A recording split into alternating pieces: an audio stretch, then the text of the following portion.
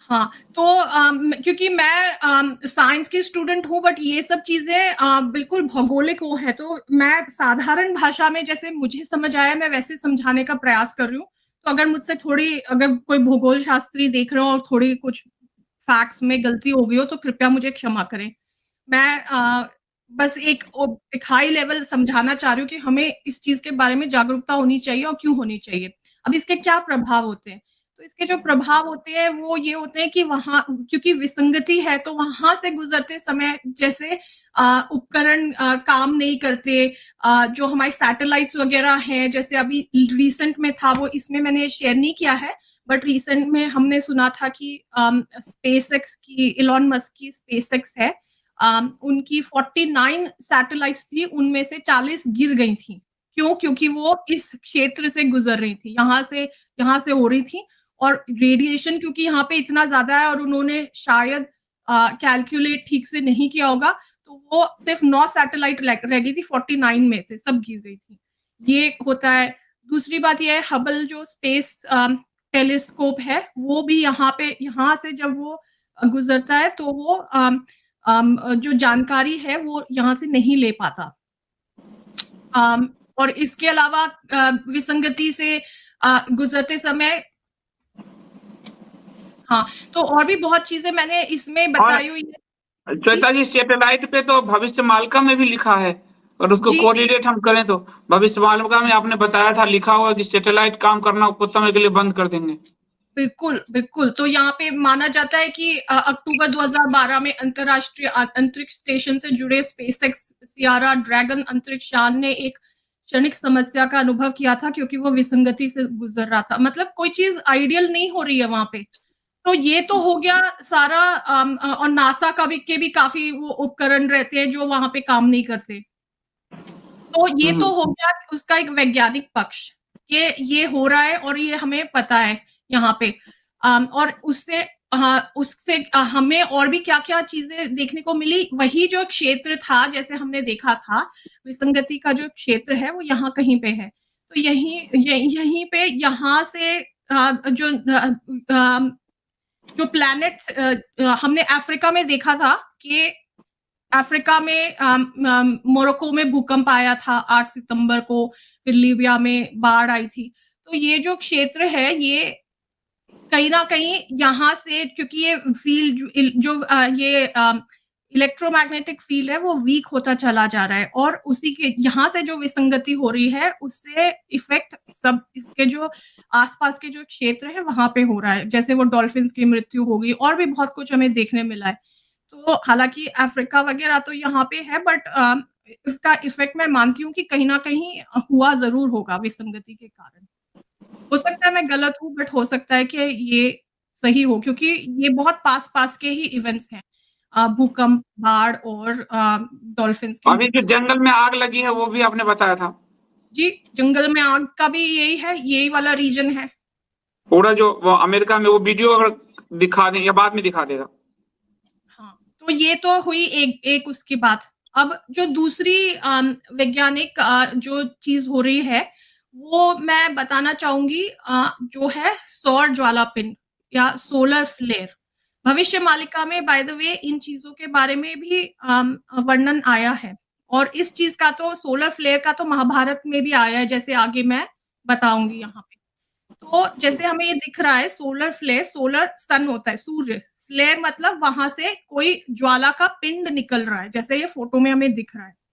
तो इसको कैरिंगटन प्रभाव भी कहा जाता है क्योंकि जो एक व्यक्ति था खगोल शास्त्री रॉबर्ट कैरिंगटन, उसके नाम पे इस चीज़ का प्रभाव का नाम रखा गया है। तो अब हम ये देखते हैं एक संक्षेप में कि कैरिंगटन प्रभाव या सोलर फ्लेयर क्या होता है।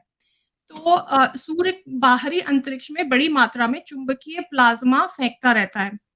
प्रत्येक 27 दिन में अपनी धुरी पर एक चक्कर लगाता है सूर्य। लेकिन क्योंकि इतना जो मोल्टन इस लावा है, जो सूर्य के जो मेल्टेड जो लावा होता है, उसके कारण उसके जो अलग-अलग क्षेत्र हैं, वो अलग-अलग गति से घूमते हैं। तो उससे सूर्य का एक चुंबकीय क्षेत्र भी जो बना रहता है, वो घूमता और बदलता रहता है। तो सूर्य की जो गतिविधि है वो चक्रों में होती है, तो इसलिए सूर्य के प्लाज़्मा प्रवाह में विद्युत आवेशित इलेक्ट्रॉन और प्रोटॉन का एक चुंबकीय क्षेत्र उत्पन्न होता है। तो हम पहले पृथ्वी का देख रहे थे, अब हम सूर्य के चुंबकीय क्षेत्र के बारे में देख रहे हैं।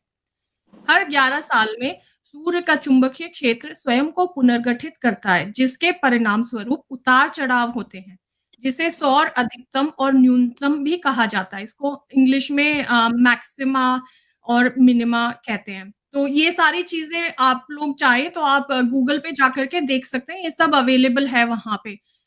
मैंने तो बस एक थोड़ा-सा रिसर्च किया, इसमें तो वीडियोज़ से बहुत अच्छे-अच्छे से एक्सप्लेन किया गया है, तो आपको वहाँ पे और अच्छे से और डिटेल में इन्फॉर्मेशन मिल जाएगी। चरम गतिविधि के इस समय के दौरान सूर्य की सतह पर सौर अधिकतम गड़बड़ी, जिसे सूर्य धब्बे सोलर स्पॉट्स बोलते हैं उसको, सूर्य धब्बे के रूप में भी जाना जाता है। यह काफ़ी बढ़ जाती है, जो अधिकतम के समय होती है।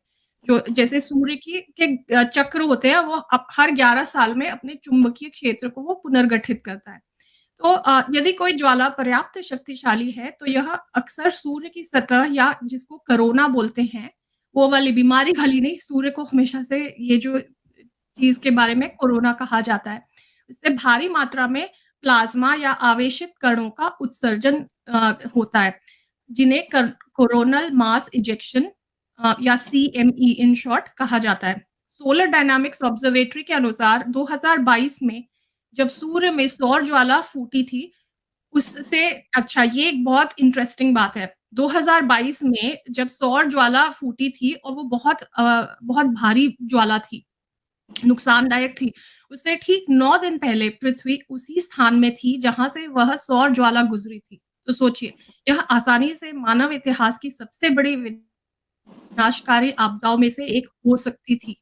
यदि ज्वाला केवल 9 दिन पहले फूटी हुई होती या और पृथ्वी से टकराती।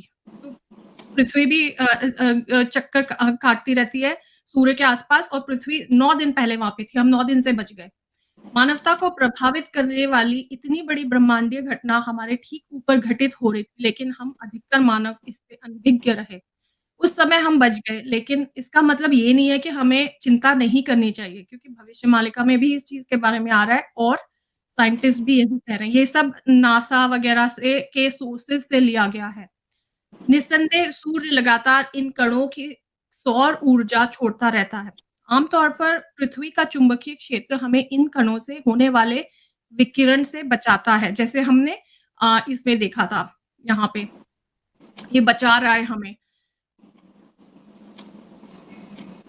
पर जब जब बहुत जो पिंड होते हैं, जब सौर ज्वाला बहुत ज़्यादा बड़ी होती है और वो उतने फ़ोर्स से आ रही होती है, तो हमारे पृथ्वी का जो चुंबकीय क्षेत्र है, वो हमें पृथ्वी का चुंबकत्व, इलेक्ट्रोमैग्नेटिक फ़ील्ड हमें बचा नहीं सकता। उसकी भी एक कैपेसिटी होती है। वो कैपेसिटी से ज़्यादा वो हमें नहीं बचा पाएगा।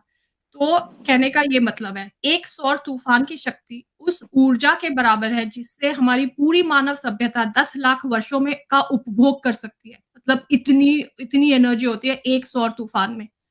जबकि कुछ सौर तूफ़ानों को पृथ्वी से टकराने में 2 दिन लगते हैं। अ, कुछ को सिर्फ़ 12 घंटे लगते हैं।